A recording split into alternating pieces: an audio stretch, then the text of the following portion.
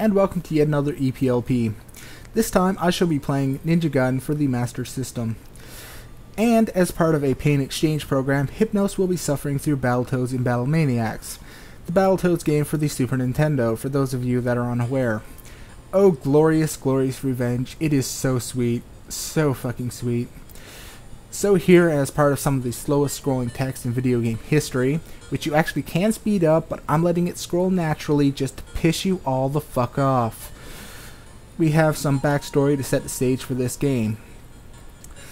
So, you know, Ryu's a ninja for the Dragon Clan, who are like the worst fucking ninjas in the world, yet somehow they managed to become the protectors of some of the rarest and most powerful ancient super artifacts of evil that the world has.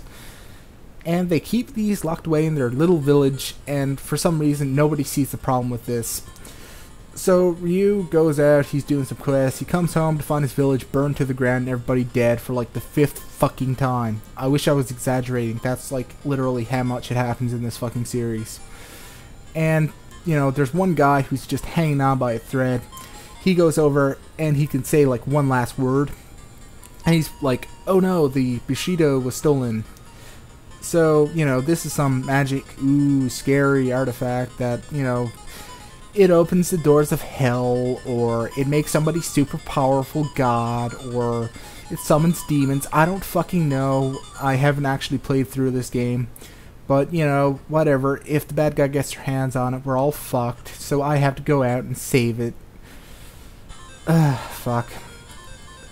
So, Ninja Gaiden. No subtitles, none of that. It's like the 3rd game of the series that's just called this, so that gets really fucking confusing. Let's get this show on the road. Chapter 1, Escape in a Forest. And they couldn't even spell the title right. Motherfuckers. That does not bode well. So, 3 ninjas and a really fucking fat guy snuck up on Ryu. Ryu, you are the worst ninja ever. Just, my god. The guy's not even wearing camo, and they're wearing like bright fucking green stuff. It's like not even covering their arms at all, and they're carrying big fucking shiny swords. You mean to tell me you couldn't see these guys? Alright, so apparently the sumo guy is responsible for killing everybody in the village, and they took out the scroll, and we have to figure out why they did that and who's in charge, and in order to do that we have to kill them. But they can't just make you turn around and instantly kill them and have the boss fight like right there.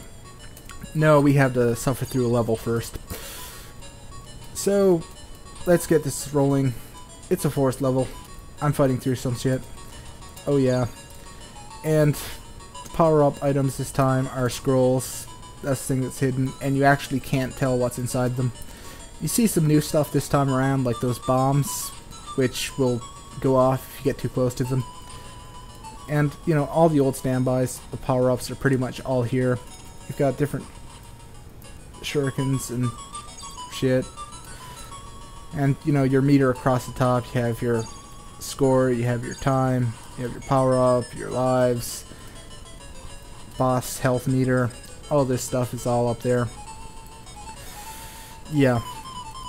So, fuck. Yeah. So, anyway, fuck.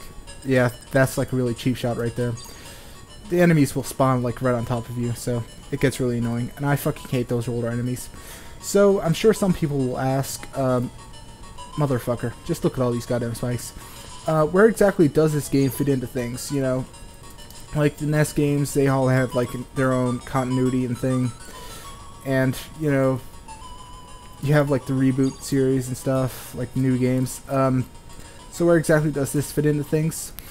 Nowhere at all. Absolutely fucking nowhere. This has no real bearing on anything.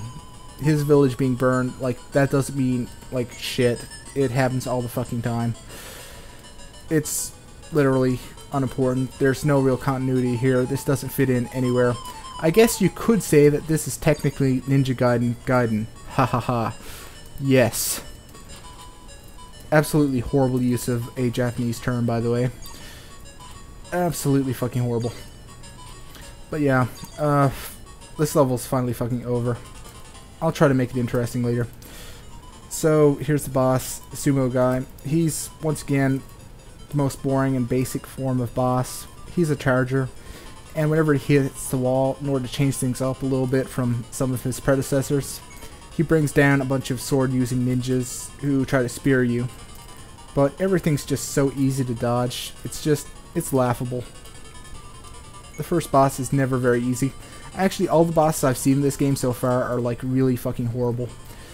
This game is really not living up to the other games. There's a reason nobody really remembers this game. Very, very good reason. So, you know, you just want to loop him around. Whenever he starts dashing, you just climb up. And it looks like I'm out of Nimbo. Fuck. Well, I guess it's a good time as any to start using my goddamn sword. So, Fat Ass is dead. Fucking finally. With 50 seconds left on the clock. Pretty good time, I guess. So, you should probably have left him alive if you want to interrogate him, Ryu. Just, you know, advice here. Let's see. Someone stabs the sumo wrestler in the...